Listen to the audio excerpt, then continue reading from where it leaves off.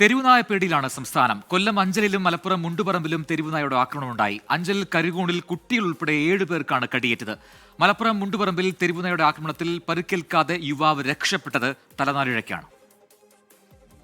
അഞ്ചൽ കരുകോൺ ടൗണിൽ ഇന്ന് രാവിലെ 8 മണിയോടെയായിരുന്നു തെരുവുനായയുടെ ആക്രമണം.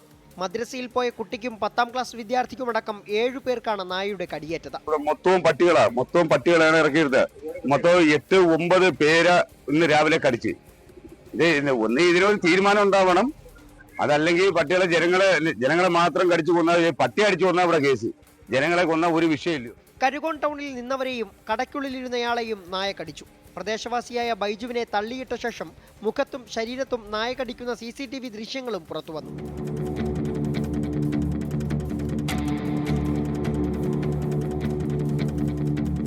പ്രദേശവാസികൾ തെരുവുനായയെ തല്ലിക്കൊന്നു.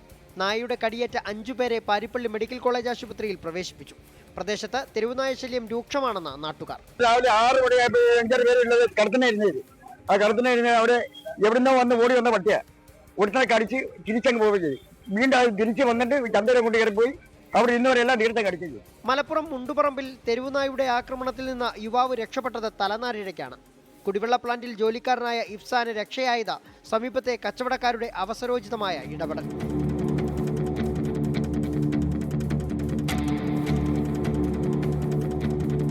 അന്ന് കുളർക്കാണ്ട നായ വന്ന് കടിച്ചു വെള്ളം ഇറക്കിക്കൊണ്ടിരിക്കുന്ന ടൈമിൽ. അപ്പോൾ അത് പാൻറ്റിനാണ് കടിച്ചത്. അപ്പോൾ കൈ കൊണ്ട് തട്ടി മാറ്റി പിടിച്ചിട്ട് പിന്നെ അവിടെ അയൽവക്കത്തുള്ള കടയിലുള്ള ആളുകളൊക്കെ വന്ന് അവരാണ് ശരിക്കും നമ്മളെ കഴിച്ചിലാക്കിയത്. മുണ്ടുപറമ്പടക്കം മലപ്പുറത്തിന്റെ വിവിധ പ്രദേശങ്ങളും തെരുവുനായ ഭീഷണിയിലാണ്. പെരുവള്ളൂരിൽ തെരുവുനായ കടിച്ച് 5.5 വയസ്സുകാരി പേവിഷബാധയേറ്റ് മരിച്ചത് കഴിഞ്ഞ മാസമാണ്. മലപ്പുറം ബ്യൂറോയ്ക്കൊപ്പം 24 കൊട്ടാരക്കര.